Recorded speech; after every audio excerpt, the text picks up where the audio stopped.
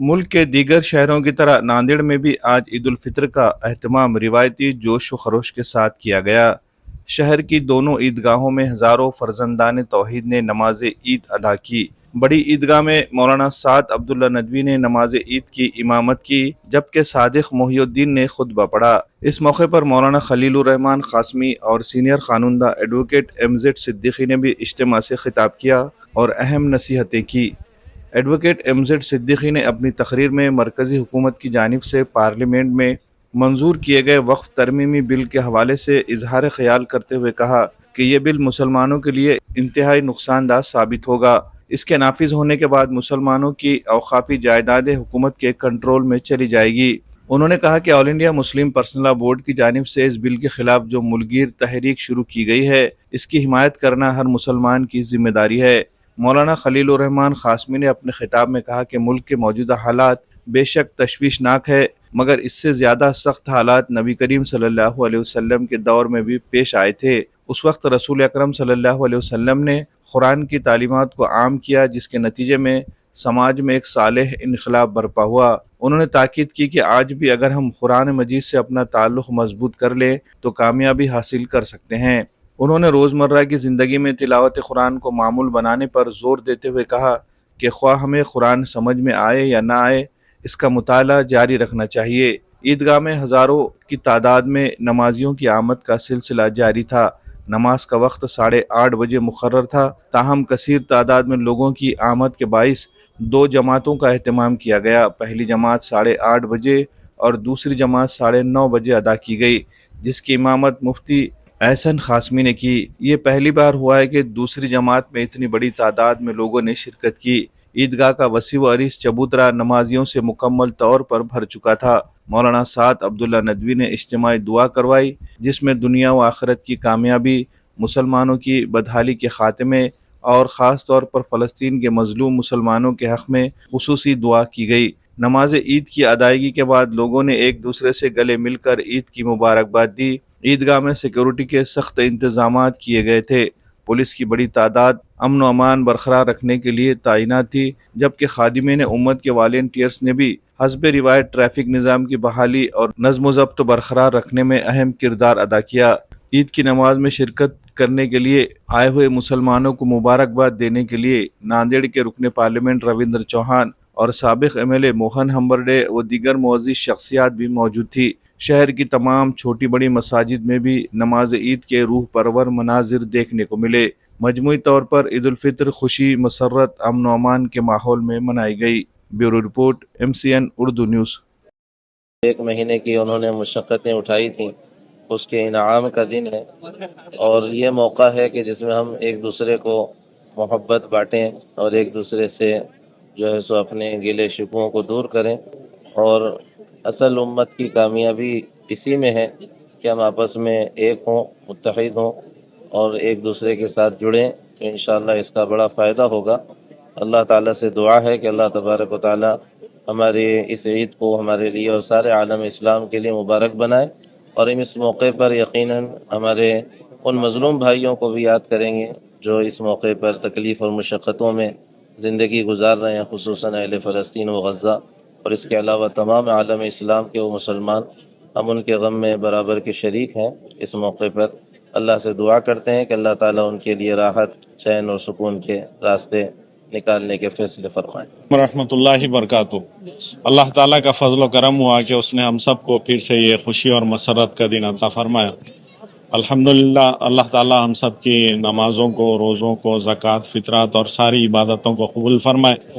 रमज़ान का ये महीना दरअसल ये तरबियत का महीना है। इसमें सिर्फ आमाल ही नहीं बल्कि आदत व अतवार और सारी चीज़ों की तब्दीली आती है। अब इसको जो है आगे भी कंटिन्यू करना चाहिए इंशाअल्लाह।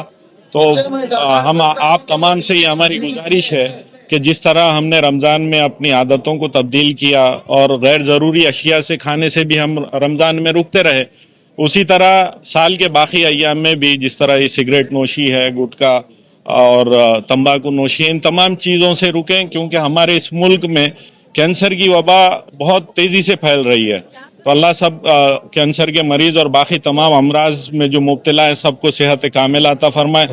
اور اختتام میں اس دعا کے ساتھ کرتا ہوں کہ اللہ ہم سب کو اپنے حفظ و امان میں رکھے اور ہمارے مساجد، عیدگاہوں، مکاتب، مدارس اور خانقاہوں اور وقف املاک کی اللہ تعالیٰ حفاظت فرمائے.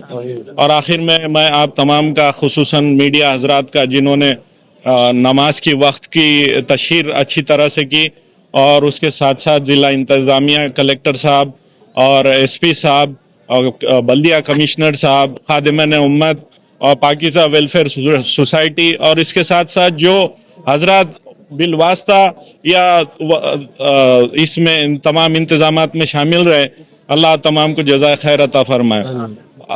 آپ تمام کو ہم سب کی جانب سے قاضی متولی قاضی صادق محی الدین، قاضی سہیل محی الدین اور قاضی جنید محی الدین کی طرف سے عید مبارک. جزاک اللہ خیر. السلام علیکم ورحمۃ اللہ وبرکاتہ. آج جو پوتر رمضان مہینہ تھا، 30 دن کے بعد آج پوتر ایسی رمضان عید ہے، اور میں اس موقع پر ہمارے سبھی بھائی لوگوں کو تہہ دل سے میں مبارکباد دیتا ہوں. آج رمضان عید کے اس موقع پر سبھی کو جو انہوں نے دعا کی ہے مہینے بھر سے، ان کی دعا عمل میں آئے. اور پھر سے ایک بار سبھی کو رمضان عید کی ہردک بدھائی. خدا کے مظہر راستہ سے ہوا جو ہے کامیاب ہوئے. اس کے بعد میں جو ہے NRC نکالی، اور اب جو ہے حکومت نے وقف کے بارے میں بل پیش آئی ہے، جس کو ہندوستان کے تمام مسلم پرسنل لا بورڈ کے جھنڈے تلے اس کی مخالفت کر رہے ہیں. آج میں اس کی مخالفت کریں گے. مسلم پرسنل لا بورڈ عنقریب میں اجازت دینے والا ہے کہ ہر ضلع میں اس کے بارے میں، اس کے خلاف میں ریلیاں نکالی جائیں. انشاءاللہ جس وقت بھی ہم کو جو ہے اجازت ملیں گی، میں آپ سب لوگوں سے ابھی سے ہی دعا کروں گا، امید کروں گا اور اپیل کروں گا کہ وقف بل کے خلاف میں ہم متحد ہو جائیں. ساتھیوں کی تعداد میں ہم مرد اور خواتین رستے پر اتریں گے، اور میں امید کرتا ہوں آج ایک ریزولوشن پاس کر رہے ہیں کہ حکومت جو ہے ہم پر نیا وقف بورڈ بنا کر، نیا وقف جو ہے بل بنا کر ہم پر مسلط کرنا چاہتی ہوگی، وہ پسند نہیں. اس میں کیا ہو رہا ہے، ہماری جتنے بھی اوقافی جائیدادیں ہیں وہ حکومت کو لے کر اس کا انتظام کلکٹر کے اندر میں دیا جا رہا ہے. عدالت سے اسے اختیارات نکال دیے جا رہے ہیں، عدالت سے نکال کر کلکٹر کو دے رہے ہیں، اور کلکٹر آدمی بات ہے کہ حکومت کے خلاف کوئی کام نہیں کر سکے گا. اس طریقے سے ہماری اوقافی جائیدادوں کو نقصان پہنچا. کرام 24 گھنٹے قرآن کی آواز کو عام کرتے تھے. آج امت مسلمہ نے قرآن چھوڑ دیا ہے. اس کی وجہ سے امت مسلمہ عاجزی پریشانی میں گزر رہی ہے. یہ ہماری پریشانی عاجزی ہے. صرف اللہ تبارک و تعالیٰ امت سے قرآن کریم کی آواز سننا چاہتے ہیں.